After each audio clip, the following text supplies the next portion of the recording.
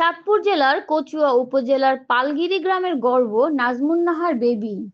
তিনি শুধু একজন রাজনৈতিক ব্যক্তিত্ব নন, বরং শিক্ষিত, আদর্শবান ও সংগ্রামী নারী নেত্রী হিসেবে পরিচিতি পেয়েছেন জাতীয় পর্যায়ে। নাজমুন নাহার বেবী জন্মগ্রহণ করেন মোহাম্মদ ইউনুস খান ও নুরুন নাহার বেগমের ঘরে।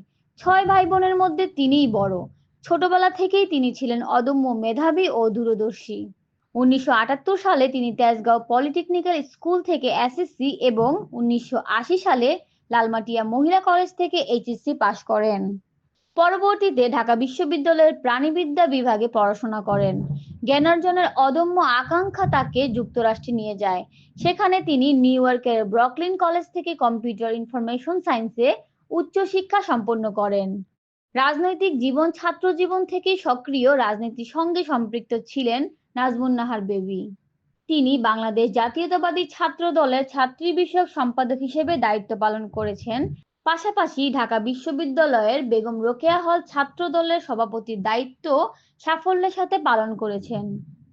বর্তমানে তিনি জাতীয়তাবাদী মহিলা দলের কেন্দ্রীয় সংসদের সহ-সভাপতি এবং বিএনপির কেন্দ্রীয় নির্বাহী কমিটির সদস্য হিসেবে দায়িত্ব পালন করছেন। রাজনীতিতে তার অবদান শুধু নারীদের জন্যই প্রেরণার নয়, বরং জাতীয়তাবাদী আন্দোলন সংগ্রামে তার ভূমিকা অনন্য দৃষ্টান্ত।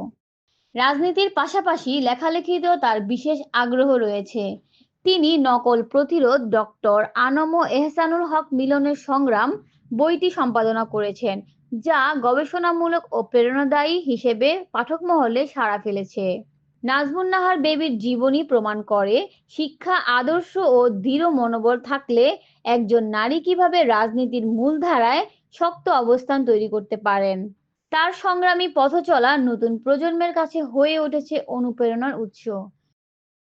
সোনিয়া আক্তার, দেশ দেশান্তর এক্সক্লুসিভ।